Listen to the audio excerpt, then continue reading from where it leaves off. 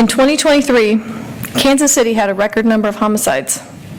Violence claimed 182 lives in our city. If one life is taken by violence in our city, everyone should be concerned. And everyone should ask themselves what they can do to stop violent crime. 67 families are beginning 2024 without a loved one because an argument turned violent. That's 37% of people killed in Kansas City last year that could have been saved by someone just walking away. 22 lives were lost in domestic violence incidents. 18 lives were taken out of retaliation. 21 involved drugs, and 15 were robberies that turned deadly.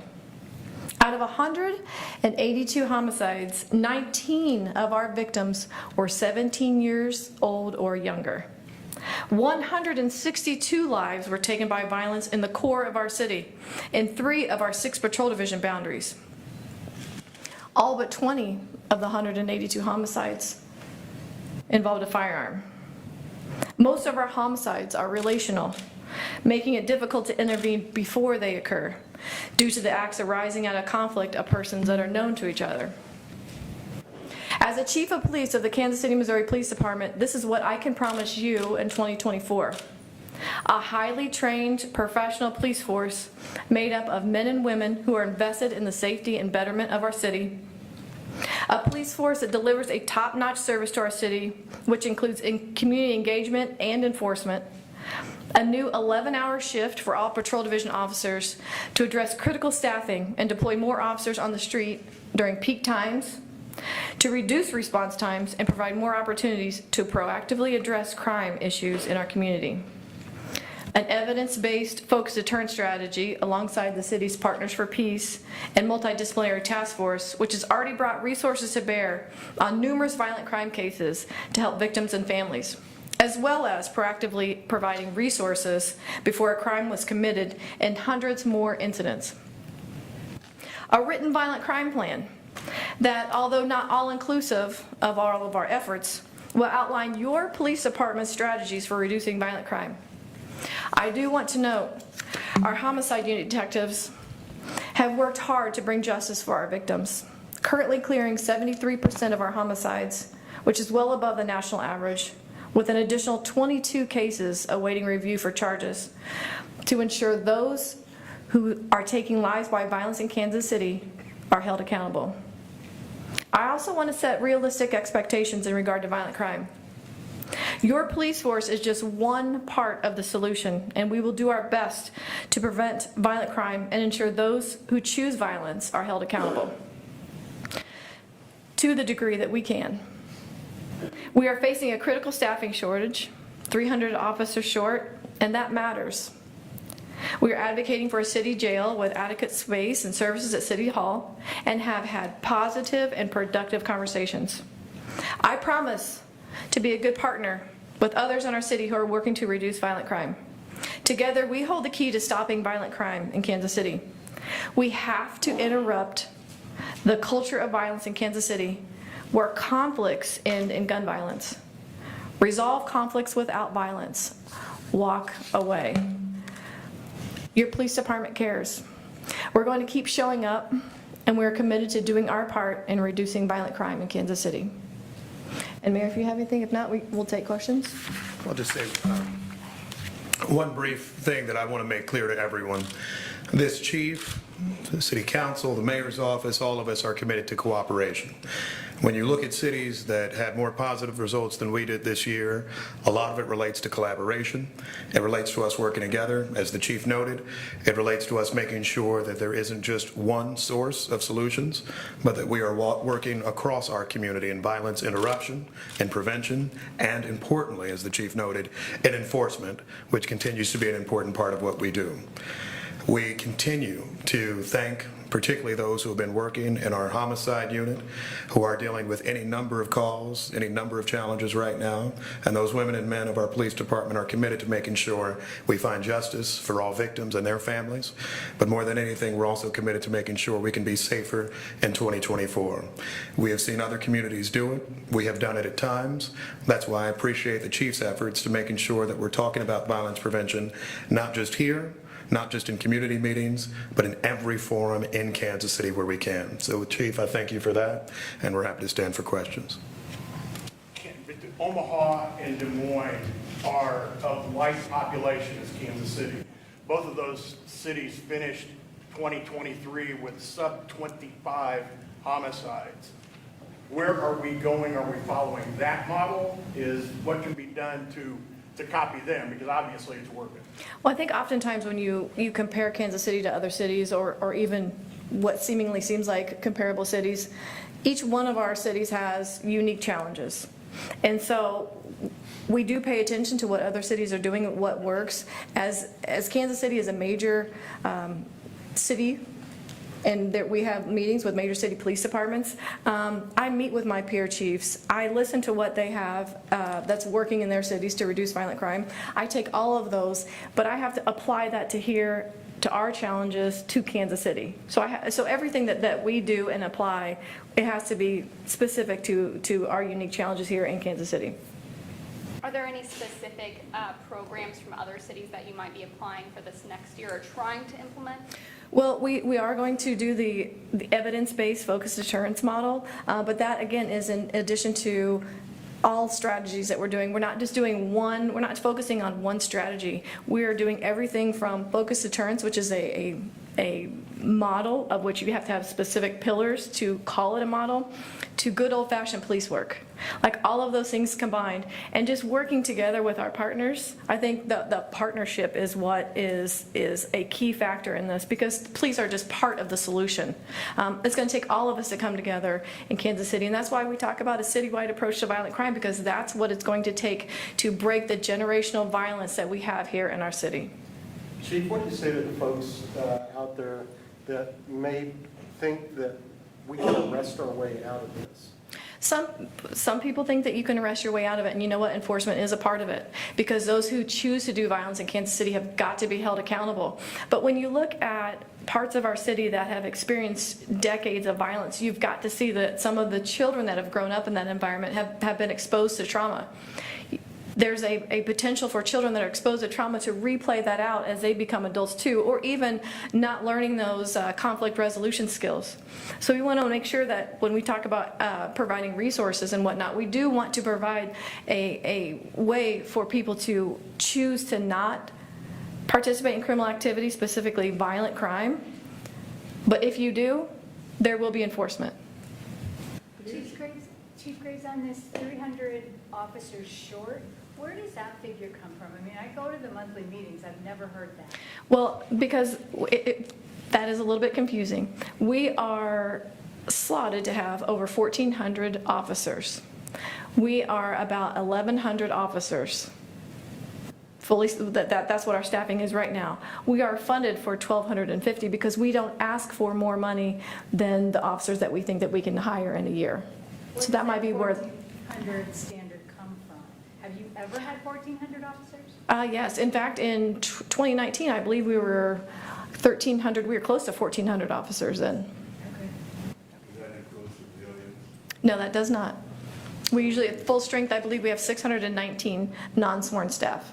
So when you say 300 officers short, is that patrol officers or civilians? That is law enforcement officers, and that carries across different bureaus, whether that's in our investigations bureau or our patrol bureau. Chief, talk about the evidence base. Could you explain exactly what that means? Sure. I'll make it really simple, because focus deterrence, there's different ways to explain it, but basically when you identify groups or people that are involved in violent crime or criminal activity, you call them in and you advise them, I know that you're involved in criminal activity. You have a choice. You can choose to accept services to assist you in getting out of a life of crime. You can do that on your own and stop being involved in criminal activity, or you will face enforcement with the certainty of consequences. That's focus deterrence. The other question I had was, you said 11-hour shifts is what you were going to. Yes. Is that only a certain amount of officers that will do that, or is that across the board? That is across the city. All uniformed officers in all 6 of our patrol division stations will go to an 11-hour shift on January the 21st. There's a couple benefits with that. One is we hope that we are redeploying officers, which we haven't done since I've been, which we haven't changed since I've been on the police department. When I first came on, we went from an 8-hour shift to a 10-hour shift. Fast forward 25 years later, this is the 11-hour shift that is redeploying our officers, hopefully more officers during shift time and during peak hours, to where officers will be available for emergency calls or service, or hopefully more available for proactive work during those specific times. It has an extra benefit because it will also allow officers a little bit more time off. You know, being critically staffed, as you can understand, sometimes days off could be potentially denied because we don't have enough people to cover the shift, and we have to have so many officers covered to ensure that we are keeping our city safe. You talked about focused deterrence. Northeast finished 2023 with 7 homicides Yes. in December alone. What can the citizens of Northeast expect in terms of additional coverage, additional resources? Because that's unreal. That's Yes, it record-breaking is. alone. And I'm actually glad you asked that. We had our weekly meeting, which we call Shoot Review right here in this room. And we discussed that specifically because as chief of police, I ask those questions. I pay attention. I've asked the Patrol Bureau commander. I've asked the major at East Patrol, and they had answers for me. I asked, you have this many homicides in the Northeast area. What is going on over there? Is this a pattern? Is this group violence? Is this, you know, what is this? Because that would matter of how we would deploy our resources. These all seem to be separate incidents, but it is definitely a spike in violent crime in the Northeast, and there are added patrols. Chief, nationally, we've seen decreases in violent crime, including homicide. You know, are there any challenges unique or specific to Kansas City that, you know, you can think of that might explain why we're seeing? Yes, and I've actually kept my eye on that. And some of the largest cities in the United States have actually seen, in some, a double-digit reduction. But again, I've got to look at what other police departments do and see how I can apply that here in Kansas City, which is why we're bringing that focused deterrence model here. But outside of that, I've got to look at those specific challenges here. So what are they? What was your question again? I'm sorry. What are they doing? Are the challenges unique or specific? I'll tell you one of the challenges. I will tell you one of the challenges. We have a culture of violence in Kansas City of solving conflict with guns. That is the violent cycle that we need to break. And that's going to take everything from people in their homes to stop some of the conflict that's going on, for people who are involved in conflict to walk away. We've seen people who are involved in road rage, results of gun violence, just drive away. We have just got to figure out how to resolve conflict peacefully, and if that is walking away, then do so. How do you plan on measuring the success of these initiative programs this year, and we're assuming this will take some time? Yes, it will take some time. And you know, we didn't get here overnight either with the violent crime that we have here in Kansas City. That's the one thing about the police department, as long as I've been on, we do go back and reevaluate. But we have a specific commander that is actually keeping track of all of the initiatives and all of the efforts that we are putting forth in reducing violent crime. And if it doesn't work, I think we're pretty good at pivoting. I'm not going to wait until December of '24 to say, oh, hey, this isn't working. Like, if there's some kind of initiative that we're doing that we're not seeing results, we'll have to pivot and work towards something else that does. Is the budget there to support this? Well, let me get Mr. Wesson really quick. I'm sorry. I have a question for Claire. Okay. I've been trying to figure this out for decades. At the prosecutor's office right now, it's 22 cases. So you have homicides cleared, homicides solved but not cleared, homicides cleared and homicides solved, homicide from past years that are cleared. And when you add all those up, it gives you a clearance of 73%. 73%, yes. So Okay. what is all of that mumbo jumbo? Okay, so I will tell you that. I understand. I've just lived it for 26 years.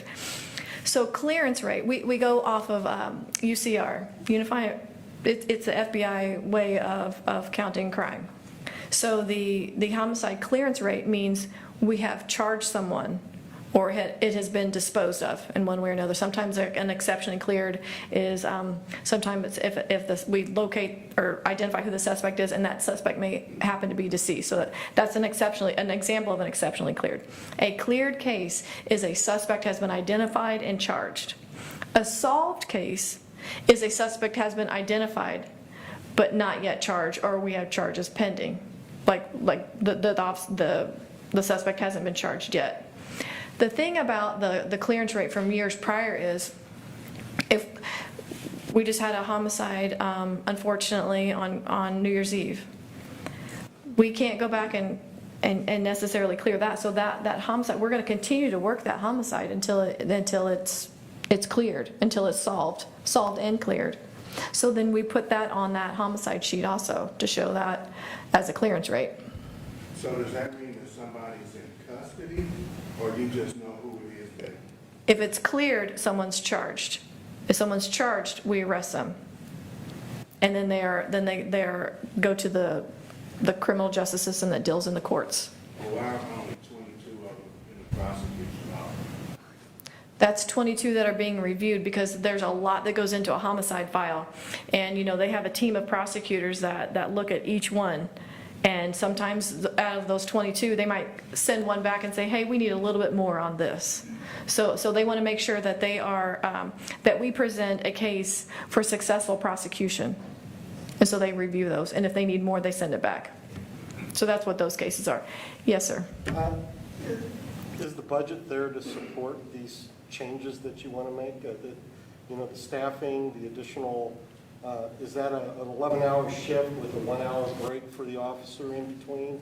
At some point, there's going to be overtime that's accrued, and is the money there to support what you need to do? We have submitted a budget for the next budget year. I do know that goes into effect on May 1, and I know that the mayor and I have had really great conversations about making sure that our officers are paid, and that they are valued and supported in their compensation. I don't want to speak for you on that. Yeah. Okay. I actually think that speaks for itself. I think there is an understanding that you have to pay real money to make sure that we're addressing some of the things that we need, one of which is officers. Salaries are going to be an important part of our conversation. We will have an important part of our conversation on what support we need for civilians. This chief, I think, has been active in seeing where are there places where perhaps we can have officers back on the streets, have civilians picking up certain areas. I think we'll have more conversation on that. But I think we are all committed to making sure that we have not just budget support, but broader support from the city in connection with addressing our public safety concerns. One thing that I have noted is that, as we look to 2024, this chief, by the way, I remind you, started, I believe, 13 months ago. We are going to be as innovative as possible. There was a question before about, are we looking at programs like Omaha or Des Moines, or frankly, cities you don't think about all the time, St. Louis and Baltimore and others who've had pretty dramatic declines in recent times? And the answer is yes to all of the above.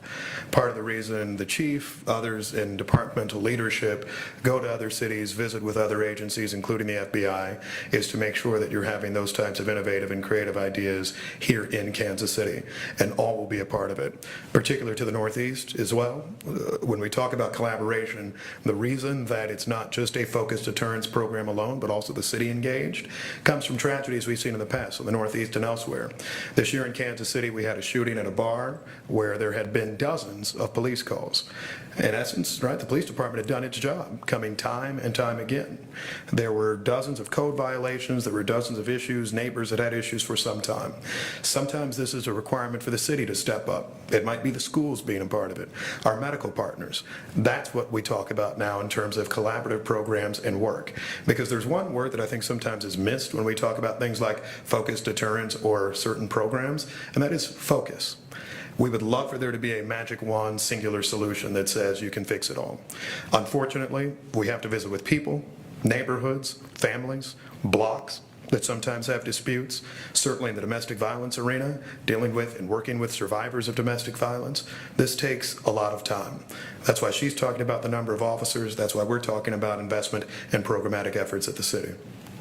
But in those other cities, Mayor, Yep. there's always, it seems like in my research and talking to people, is there is not just so much the police department and how they handle it, but their city council, their aldermen, and those people being more aware of what the needs are in the community rather than try a blanket approach and let's see if this works. So is the city council going to be doing anything different?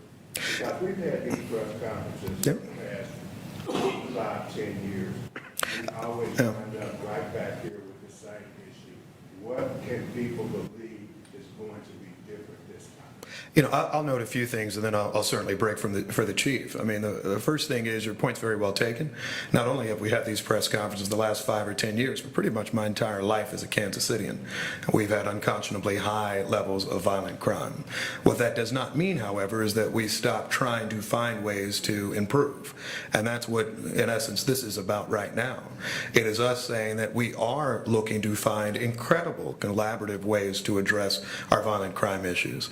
I think what you're hearing from the chief, and I certainly know that the Board of Police Commissioners, what we've discussed is how do we work across any number of agencies to make sure if there's an issue in Northeast, if there's an issue in Washington Wheatley, an issue in South Kansas City, that we actually are saying this may require us to talk to area school districts, officers on patrol, our community engagement division more broadly, social workers and beyond. So I think what you are seeing that is different is folks not just saying we have the right solution. And I'll go a little more honest, and this is me talking, not the chief, but just me. I've now been mayor for 4.5 years. It has not always been the case that I think we are as collaborative as we've needed to be. And all of us who have been part of that process take some blame for that. I think what you are seeing from this chief now, and with respect from the city council, is folks saying that we are actually trying to find a way that says you may have your idea, you may have your lane, but they all need to work together to get to the same place.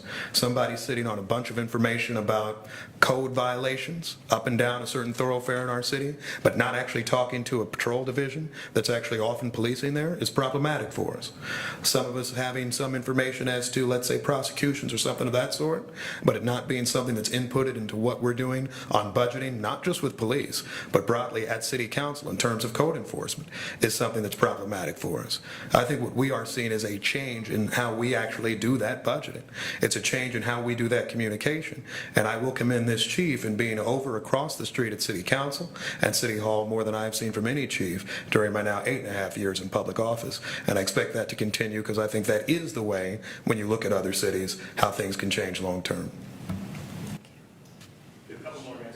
Chief, have you seen where the crime is happening in these neighborhoods change this year? Because with that 360 program, I think you were in that small Santa Fe Yes. neighborhood, you saw a decrease. So which neighborhoods is the crime happening? And I guess, are these 11-hour shifts going to allocate more officers to those areas? So in those 3 patrol division stations, if you break them down by neighborhoods, you'll see like where some of these homicides have occurred. And like I said before, some of those were have been occurring in the same neighborhoods for decades. Earlier this year, or excuse me, last year, we did converge on a 7x7 block area with Melissa Johnson and Partners for Peace and city services to really get in there and help on so many different levels that I've never seen in my 26 years as being a member of this police department. But your question as far as, what was the second part? How does where the crime happening change in certain neighborhoods? Well, that we definitely saw a reduction in crime in that area that we had a lot of resources that converged on that 7x7 block area. Also in the Santa Fe neighborhood that we talked about just not 3 to 4 months ago, they saw a significant reduction in violent crime. A part of that is everyone in that area is getting involved. Not only are they getting involved, but the police department is there not only for presence, but also for engagement and enforcement. In addition to a lot of the city services to let those pockets of our neighborhoods know like that you're not forgotten, that we're here and we want to make even your environment less conducive for crime. Last one, guys. The city has committed millions of dollars for crime prevention activities over the next 5 years. But one crime prevention activity is to identify, arrest, prosecute, and incarcerate persistent violent offenders who have already committed homicides or tried to. With your current staffing, will you be able to devote more police resources to try to clear this tremendous homicide rate we have? Because you know, we're at 182. Yes. Omaha was at 28 this year. And it took them 15 years to do that. I don't want to, yes. And that is not a knock on them. They've done wonderful work. They've had a lot of city investment. And the people that have visited Omaha have talked about how even beautiful the streets are. And I think that's due in part to kind of what we're starting here as well, is making sure that the areas in our city that have seen violent crime over and over again, that the areas are less conducive to crime, even by their environment. But go ahead, I'm sorry. But with your current staffing, will you be able to devote more resources to try to clear more of our homicide cases? Yes, so that's also part of that focused assurance, also to prevent, but there's also an enforcement side to that. But we have units outside of our violent crimes division that work on prolific violent offenders, that who we know who have been identified, who are involved in violent crime in Kansas City, and we have those special investigation squads that focus on those type of individuals that we know are violent. So are you yes. going to be able to devote even more Yes, resources? and we have an academy classes starting in March. We have an academy class that's graduating in February. We have an academy class that's getting off break-in on January 21st. And we hope to have one of our largest classes that we've had in a long time start the police academy in March. And if anyone is asking themselves what they can do to help us fight violent crime, we are hiring. We need Kansas Cityans to come forward to take the oath and come and serve their city in a whole nother way. Let me just say, I'll say one very quick thing about Omaha, because it's come up a lot, and the chief, I think, hit this point, but it's important to reiterate. Every city is different. We respect the models and the changes that they have, but the Kansas City metropolitan area is larger than some of the areas that you have mentioned, which means, of course, that we have a number of people who come through our city doing any number of things. What that means for us is that we're not just policing based on a model of cities of 508,000 people. We're policing with challenges that come from drug trafficking through our community, and some situations, human trafficking and other issues. So this department doesn't actually just face the same set of issues that you may find in a city just like it, in Aurora, Colorado, that has about 350,000. What you find is actually a city that largely is dealing with the issues of a 2.3, 2.4 million person metropolitan area with a whole lot of geographic territory, a whole lot of incidents, big events, small events, what have you, and them trying to make sure that policing isn't just what's going on in your neighborhoods each day, but it's keeping us safe during big events, it's addressing nuisances, violent crimes, and beyond. And so what I think that this department is doing well, and what this chief is focusing on, is how do we, understanding all of those challenges we face, how do we make sure that we're doing policy relating to neighborhood nuisances, to encampments, to anything under the sun, looking at models from cities all around the country. And so that's why it isn't just we can copy paste Omaha, it's going to work here, we'll all be done. And indeed, that's why the chief noted it took about 15 years for it to work for them. What we're trying to do is truly find, to Mr. Wesson's question, a Kansas City solution to generational Kansas City concerns. Those can be informed by many other American cities, but it's going to be KCPD working with Kansas Cityans leadership, churches, community leaders, and others to make sure that we actually come to that Kansas City solution to reduce crime here long after it's taken far too long.